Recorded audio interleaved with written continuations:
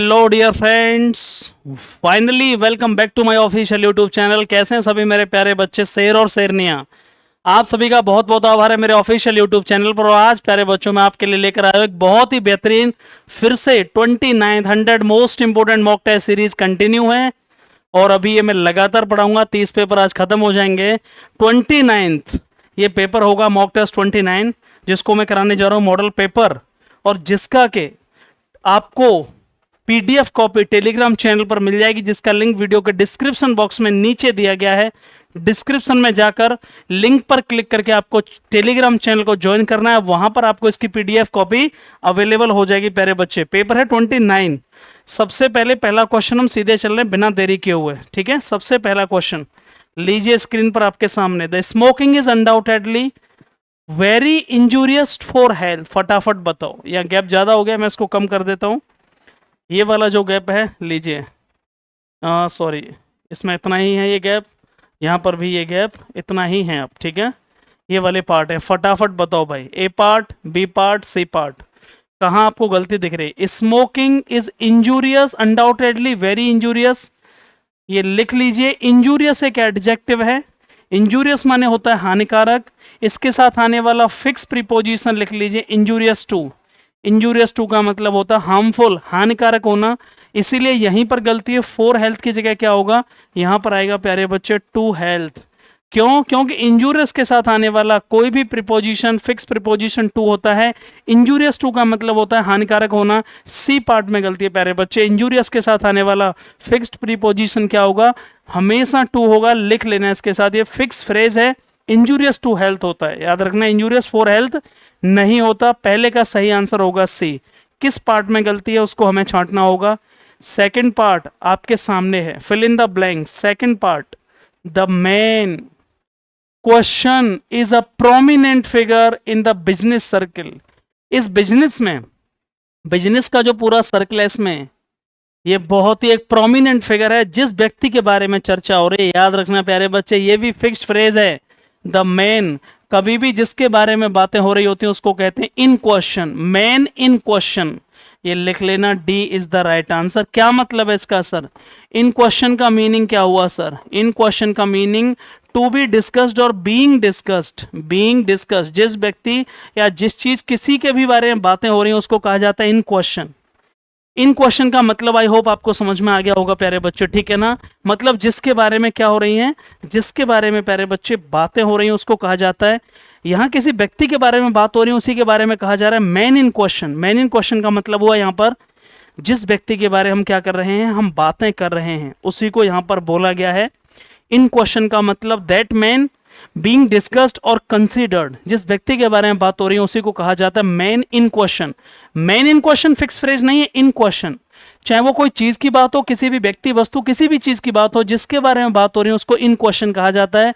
The thing और the man और the anything which is being to be discussed और being in the discussion, उसको कहा जाएगा मैन इन क्वेश्चन। ठीक है, वो व्यक्ति जिसके बारे में हम बात कर रहे हैं वो क्या है? इस बिजनेस में एक बहुत बड़ा चेहरा है, इसलिए D is the right answer.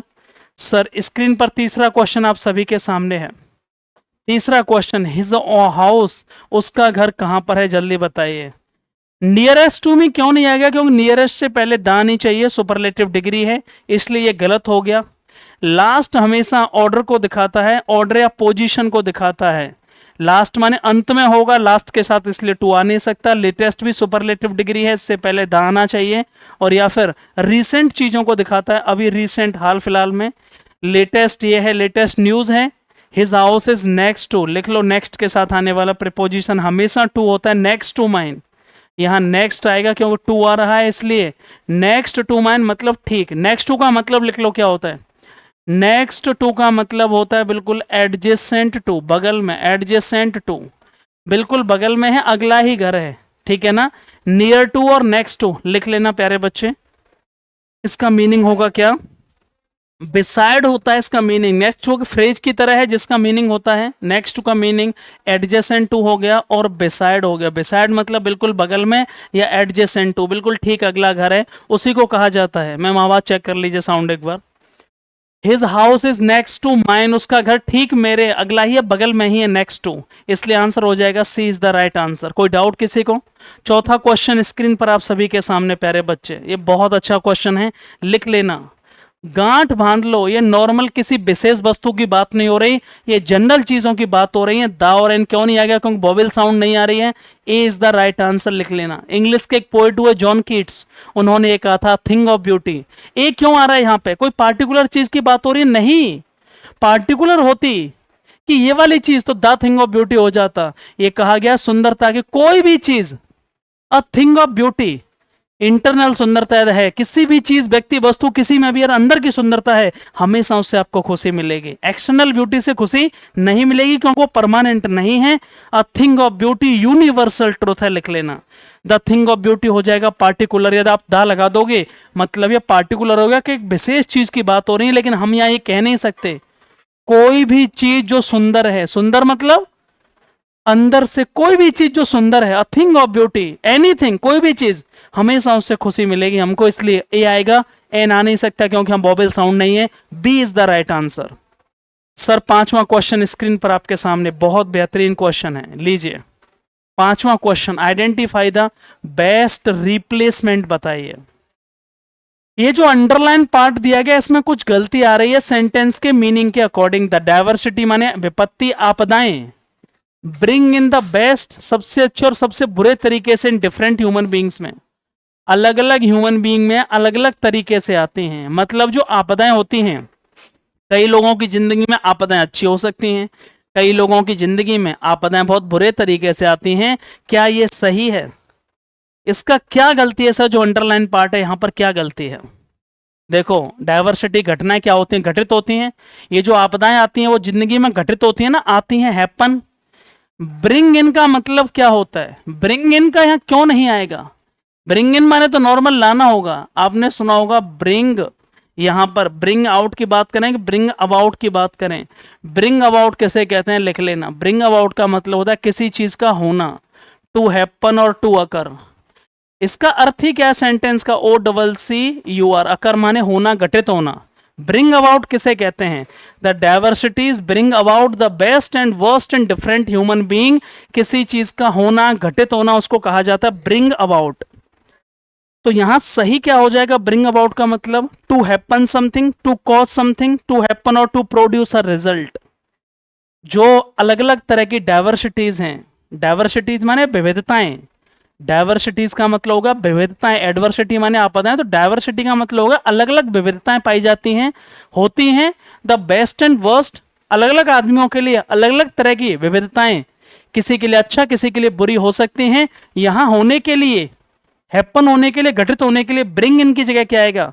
देखो, ब्रिंग आउट भी आप लगा दोगे चल जाएगा, लेकिन बेस्ट से पहले और वर्स्ट से पहले, सुपरलेटिव डिग्री से पहले दा आना चाहिए। यहां पे दा नहीं है, यहां पर दा नहीं है और यहां पर दोनों में दा लगा दिया है। जब दो एडजेक्टिव एंड से कनेक्टेड हों तो सुपरलेटिव डिग्री एक से पहले ही आएगी, इसलिए ये दोनों यहां पर गलत हो गए। सही आंसर क्या हो जाएगा? Bring about the best and worst. आप कहोगे इस वर्स्ट से पहले क्यों नहीं दा आया है? अरे भाई, ये दोनों एंड से जुड़े हुए हैं, एक से पहले लगा दिया गया, दोनों का ही मीनिंग हो गया, अलग अलग आर्टिकल लगाने की जरूरत नहीं है। Bring about the best and worst in different human being. Clear हुआ या नहीं हुआ? सर छठवां क्वेश्चन कहां पर है? छठवां क्वेश्चन स्क्रीन पर आप सभी के सामने लीजिए। छठवां क्वेश्चन यहां लिख देते हैं भाई, ये छठवां क्वेश्चन है भाई, सबको दिख रहा है? समथिंग विच इज डिफिकल्ट, जिसको मोड़ा ना जा सके। बेंड मतलब बेंड कर देना, झुकाना, ठीक है। कोई भी एनी चीज, कुछ भी जिसको हम झुका नहीं सकते, बेंड नहीं कर सकते, जिसको हम मोड़ नहीं सकते, उसको क्या कहा जाएगा? हार्ड कहा जाएगा। ये सही होता, लेकिन हार्ड से ज्यादा क्या सही है? रिजिड। रिजिड माने होता है बिल्कुल एकदम कठोर। रिजिड बॉडीज आपने फिजिक्स में पढ़ा होगा। रिजिड बॉडीज क्या होती हैं? ऐसी कठोर बॉडी जिनको बिल्कुल बेंड नहीं किया जा सके, उसको रिजिड कहा जाता है। अनेबल टू बेंड, और ये नॉट फ्लेक्सिबल, ये नॉट फ्लेक्सिबल होती हैं, ठीक है ना, ये फ्लेक्सिबल नहीं होती हैं, इनको रिजिड हम बेंड नहीं कर सकते। हार्ड आंसर सही हो जाता है, रिजिड नहीं होता। हार्ड भी ठीक है, लेकिन हार्ड से ज्यादा rigid is the right answer. क्योंकि हार्ड में क्या होता है प्यारे बच्चे? हार्ड हो सकती है लेकिन वो बेंड हो सकते हैं। होर्स क्या होती है? होर्स एक ऐसी आवाज होती है, कड़क आवाज। ये रिलेट टू, ये वर्ड क्या है? ये रिलेट्स टू वॉइस, वॉइस से रिलेटेड है। कैसी आवाज होना? कर्कश आवाज होना, होर्स होना। ये आंसर नहीं होगा, ठीक है। बहुत ही कर्कश आवाज होना, किसी की कट आवाज होना, उसको होर्स कहा जाता है। और आपको ये बताओ रिगर क्या होता है, ये स्टिकनेस होती है। स्टिकनेस, STRICTNESS, स्टिकनेस कठोरता होती है, इसको कठोरता बोलते हैं। रिगरनेस होता है, कठोरता होती है, कठोर कोई भी चीज कितनी है, ठीक है।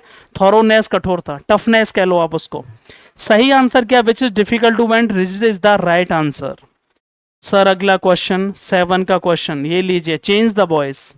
We are living a hard life, continuous tense है, बीइंग लगेगा बस, यहां वाज लगाई खत्म करो, यहां आर लगाई खत्म करो, यहां अ hard life was being, was कैसे आ जाएगी यार, आर आ रही है, कंटिन्यूअस में बीइंग लग जाती है, ये भी खत्म हो गया। आंसर हो गया A is the right answer, hard life is being lived by us. We subject है, उसको बाई लगा के ऑब्जेक्टिव केस में चेंज कर देंगे। हार्ड लाइफ ऑब्जेक्ट है, वो सब्जेक्ट बन जाएगा। कंटिन्यूअस टेंस में इसके अकॉर्डिंग इज आ जाएगी और बीइंग आएगी और वर्ब की थर्ड फॉर्म आएगी। किसी को कोई डाउट है क्या? प्रेजेंट कंटिन्यूअस का पैसे पे एमआर लगा के बीइंग प्लस के वर्ब की थर्ड फॉर्म लगाकर बनाया जाता है प्यारे बच्चे। क्लियर हुआ? कोई डाउट किसी को? सर 7वें क्वेश्चन का सही answer is the right answer. लीजिए भाई आपके सामने 8वां क्वेश्चन, आपके सामने 8वां क्वेश्चन। 9वां क्वेश्चन भी मैं ले लेता हूं, लीजिए दोनों ही क्वेश्चन आ गए, 8 और 9 दोनों आ गए। इसमें उल्टा बताना है, एनकाउंटर्ड एक वर्ड है, इसका उल्टा बताना है। और 9वें क्वेश्चन में इसका समानार्थी बताना है, सिमिलर वर्ड वाला बताना है। दोनों को फटाफट बताओ, 1 मिनट का समय है सभी के पास।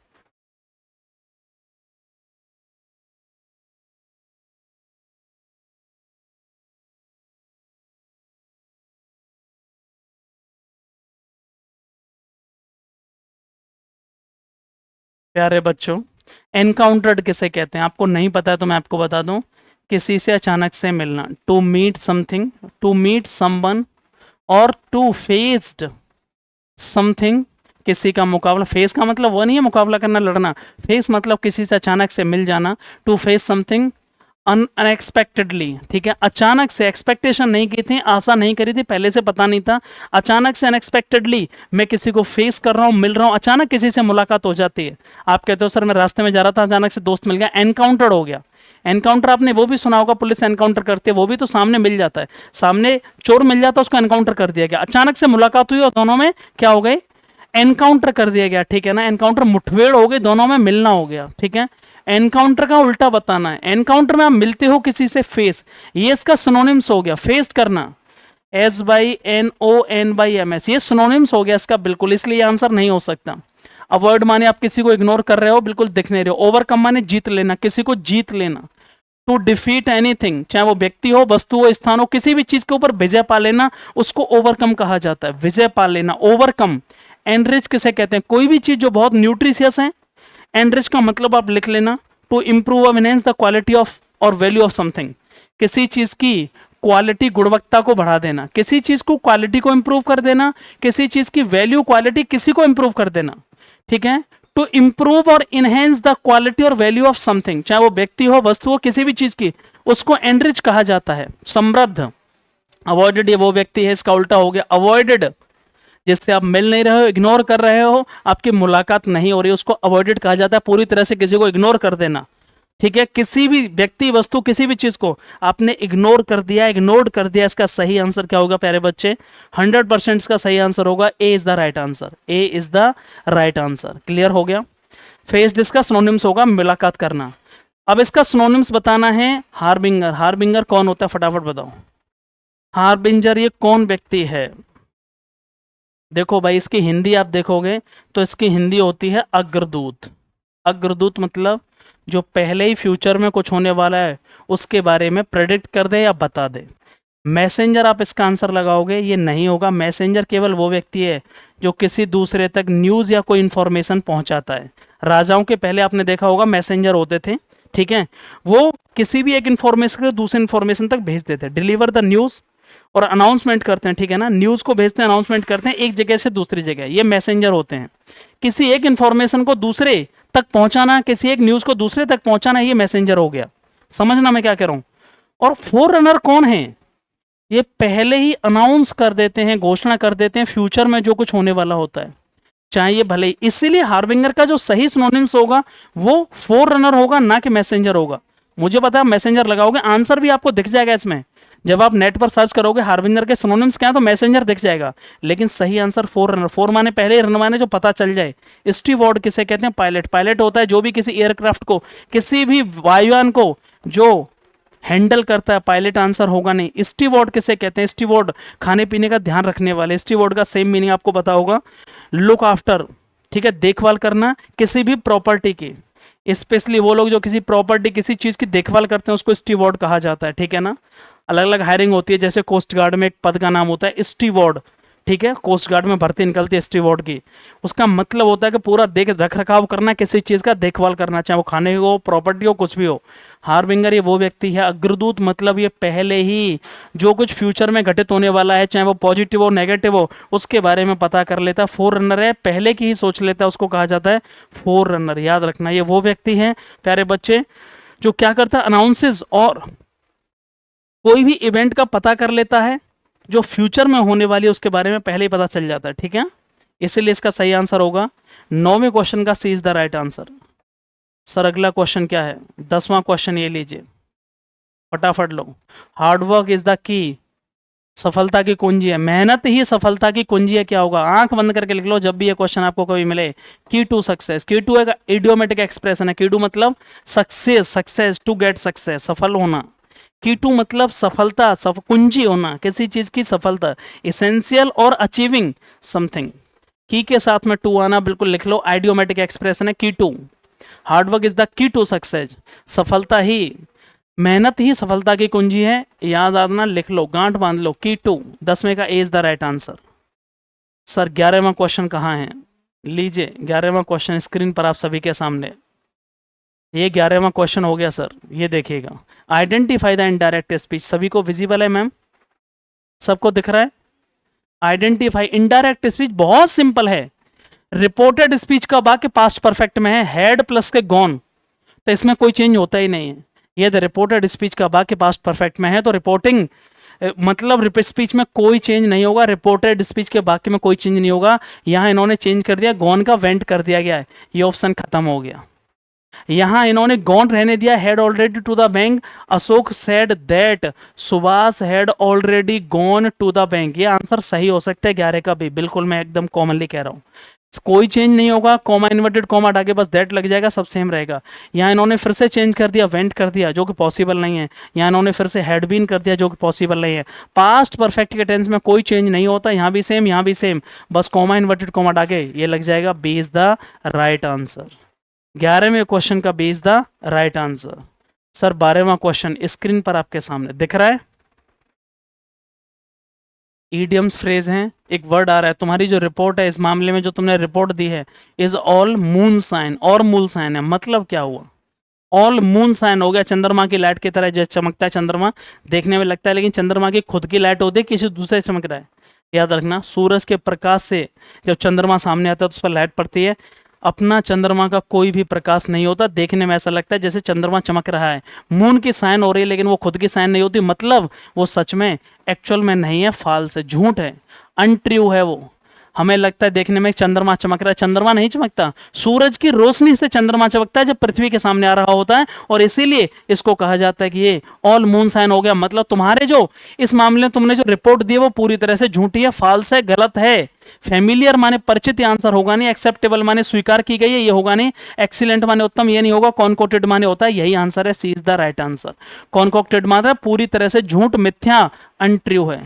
तुमने इस मामले में जो रिपोर्ट लगाई है पूरी तरह से ऑल मून साइन है, मतलब अनट्रू है, पूरी तरह से क्या, बिल्कुल फेल है। क्लियर लिखा कि नहीं लिखा? अनट्रू, फैब्रिकेटेड है, बनाई गई है, पूरी तरह से झूठ बनाई गई, डिसीव, धोखा दिया गया। कॉन्कोटेड का मतलब है कोई भी ऐसी प्लानिंग करना, कोई ऐसी बात कहना जो पूरी तरह से धोखे में रखना किसी को, उसको कहा जाए समथिंग इज नॉनसेंसिबल, अनट्रू और फैब्रिकेटेड। क्लियर हुआ कि नहीं प्यारे बच्चे? फटाफट बताओ, C is the right answer. 13वां क्वेश्चन स्क्रीन पर आपके सामने, करेक्टली स्पेल्ड वर्ड बताना है, इनकरेक्टली सॉरी जो गलत है। 4 वर्ड दिए गए, उनकी कौन सी स्पेलिंग गलत? फुलफिल की स्पेलिंग सही है, कुछ लोग कहेंगे गलत है। अरे भैया ब्रिटिश इंग्लिश में ये बिल्कुल सही है, हम अमेरिकन इंग्लिश फॉलो करते हैं, ब्रिटिश इंग्लिश में ये बिल्कुल सही है, बिल्कुल गलत नहीं है। स्किलफुल ब्रिटिश इंग्लिश में ये बिल्कुल ठीक है एकदम। डाइनिंग भी बिल्कुल सही स्पेलिंग है। कौन सी स्पेलिंग करता है? ऑलरेडी। यही आंसर हो गया। ऑलरेडी में ALREADY आएगा, यहाँ डबल एल दिया गया इसलिए यही गलत है। तेरे का सही जो आंसर है वो सी है, क्योंकि इसकी स्पेलिंग गलत है। उन्होंने ये बताया कि नीचे दिए गए शब्दों में से कौन सा ऐसा शब्द है जिसकी स्पेलिंग गलत है। सी इज द राइट आंसर। ठीक है, आगे चलते हैं सर। अगला क्वेश्चन आपको दिख ही रहा है। Choose the correct word to Mumbai कहां पे सिचुएटेड ऑन द, ये बताओ। सी, समुद्र का क्या होता है? किनारा होता है। किनारे को क्या बोलते हैं? कोस्ट बोलते हैं। ये कोस्ट तो हो गई प्राइस, ये नहीं आएगा आंसर। ये केस हो गया, कोई भी केस होता है लीगल केस वगैरह, ये कोस्ट हो गया। कोस्ट माने किनारा। समुद्र के किनारे को कोस्ट कहते हैं, इसलिए सी कोस्ट होगा। और ये कोई स्पेलिंग होती नहीं है, गलत है। B is the right answer. B is the right answer. Sir 15वां क्वेश्चन कहां है? लीजिए स्क्रीन पर आपके सामने 15वां क्वेश्चन स्क्रीन पर आपके सामने। समय और समुद्र में आया हुआ भाटा, टाइम एंड टाइड, टाइड माने ज्वार भाटा, किसी का वेट नहीं करते। ये कह के नहीं आते समय निकलने के बाद दोबारा नहीं आएगा, इसलिए you have to be effective utilization of time. एक एक दिन जो निकल रहा है आपकी सफलता में कम होना गिन रहा है, और इसीलिए समय और समुद्र में आए हुए ज्वार भाटा कभी किसी का वेट नहीं करते। कंजंक्शन एंड आएगा 100%, लिख लेना, फिक्स है ये। Time and tide wait for none या वेट फॉर नो मैन, बिल्कुल सही आंसर है। 16वां क्वेश्चन, करेक्टली स्पेल्ड वर्ड बताना है खाली जगह में। वो कैसे खतरे में है? अपनी जॉब को जाने का, लूज माने खोने का, उसको कैसा डर है? नॉर्मल डर है कि बहुत ज्यादा? आंसर इमिनेंट क्यों नहीं होगा? इमिनेंट माने होता है फेमस होना। कोई व्यक्ति जो बहुत ही प्रसिद्ध है, फेमस है, जैसे मैं कहूं Amitabh Bachchan is an eminent actor in Bollywood industry. Eminent का मतलब होगा फेमस और रेस्पेक्टेड, ये आंसर नहीं होगा। फेमस और रेस्पेक्टेड तो क्या हो जाएगा? इमिनेंट माने अत्यधिक डर है, यही हो जाएगा। इमिनेंट का मतलब है जो होने वाला है फ्यूचर में। IMMINENT इसका मतलब हैव आउट टू हैपन, जो होने वाला है तुरंत। उसको अपनी जॉब को खोने का बहुत ही डर है, ऐसा होने वाला है, उसे पक्का पता चल गया है। अबाउट टू हैपन, इमिनेंट का मतलब है अबाउट टू हैपन, जो होने वाला है, इसलिए B is the right answer. आगे चलते हैं। 17 से 20 क्वेश्चन। ये एक पैसेज है प्यारे बच्चे, आदमी के ऊपर है कि आदमी का अस्तित्व कहां से हुआ, आदमी खुद को सुपीरियर मांगता है, आदमी खुद को क्या समझता है, ये सब पूरा ह्यूमन बीइंग के ऊपर है। मैं सीधे क्वेश्चन लेता हूं, ये लीजिए स्क्रीन पर आपके सामने पहला क्वेश्चन देखिए। We have no need to work, ये व्यक्ति ऐसा क्यों कह रहा है इसमें पैसेज में? लीडर मैन ने कहा है यहाँ, ये पूरा पैसेज आदमियों के ऊपर है। दिख रहा है मैम? ये मैम दिख रहा है? ये पहला क्वेश्चन है पैसेज पर। We have no need to work, हमें काम करने की जरूरत नहीं है, ऐसा लीडरमैन ने क्यों कहा है? चलो मैं पैसेज में देखता हूं। ये लीजिए, थोड़ा आपको ये बार बार करना पड़ेगा। ये कहा है लीडरमैन ने, once an unfortunate time there was a hairy thing called, आदमी था जिसके बाल थे, along with him was a hairier thing called animal, जानवर भी था। Man had a larger brain, बड़ा था। कुछ आदमियों ने क्या कहा? हम सुपीरियर हैं जानवरों से। They became leader, leader man ने कहा we have no need to work, क्यों? वी विल किल एनिमल, हम जानवरों को मारेंगे और खाएंगे। आंसर आ गया। लीडर मैन ने ऐसा क्यों कहा कि हम काम नहीं करेंगे? उन्होंने क्यों कहा? क्योंकि भैया हम जानवरों को सीधे मारेंगे और उनको खाएंगे, इसलिए they would kill animal and it, इसलिए उसने ऐसा कहा। They would kill animal and उनको ईट। पहले का 17वें का आंसर ये हो गया। सर 18वें क्वेश्चन का आंसर बताओ। इस पूरी स्टोरी का हीरो कौन है? तुम समझोगे लीडर मैन की बात नहीं, उनमें से लीडर तो एक है, कोई जंगली बात की नहीं की जा रही, इसमें हीरो मैन के ऊपर चर्चा चल रही है। दो तरह के लोग उत्पत्ति हुई, जानवरों की, आदमियों की। आदमियों ने जानवरों के ऊपर अधिकार कर लिया, हम इनको मार के खाएंगे भी, हमारे पास बड़ा दिमाग है, हमारे पास सोचने की क्षमता है, इनके पास कुछ नहीं है। सी इज द राइट आंसर। कुछ बच्चे इसको लीडर मैन लगाएंगे, गलत है। सर अगला क्वेश्चन, व्यक्ति ने यह सोचा था कि वो सुपीरियर है जानवरों से, क्यों? अन्य प्रजातियों से, क्रिएचर माने अन्य प्राणियों से वो सुपीरियर क्यों है? क्योंकि he did not have to work, उसके पास कोई और काम नहीं है। He could kill other animal, उन्हें खाने के लिए मार सकता है। He was able to grow food, भैया he had a large brain, उसके पास दिमाग है, इसलिए व्यक्ति सोचता है कि वो सभी जानवरों से ऊपर की श्रेणी का है, क्योंकि बाकी के जानवरों पे प्रॉपर एक दिमाग नहीं, सोचने की क्षमता नहीं। 19 का answer D is the right answer 100%। आगे चलते हैं। पैसेज में सब आंसर दिए गए हैं। Man had to sleep standing up, व्यक्ति को एक दूसरे के ऊपर सोना पड़ेगा, क्यों? क्योंकि इतनी ज्यादा पॉपुलेशन बढ़ती जा रही है, जगह नहीं रहेगी। They felt lazy to straight, नहीं। They felt proud to sleep, बिल्कुल नहीं। देयर वाज पॉपुलेशन, भैया बहुत तगड़ा विस्फोट होगा, पॉपुलेशन एक्सप्लोजन होगा, मतलब जनसंख्या विस्फोट होगा एक टाइम पर ऐसा, क्योंकि उन्हें एक दूसरे के ऊपर जाना, सोना पड़ेगा, जगह नहीं होगी, फट जाएंगे सब। और इसीलिए प्यारे बच्चे पेपर कैसा लगा ओवरऑल, फटाफट बताओ मुझे कमेंट बॉक्स में भाई। कम से कम 50 कमेंट आने चाहिए, चाहे दिल फेंक के मारो, चाहे आप जय हिंद लिखो, मुझे कोई मतलब नहीं, लेकिन कमेंट आने चाहिए। Thank you so much, love you all.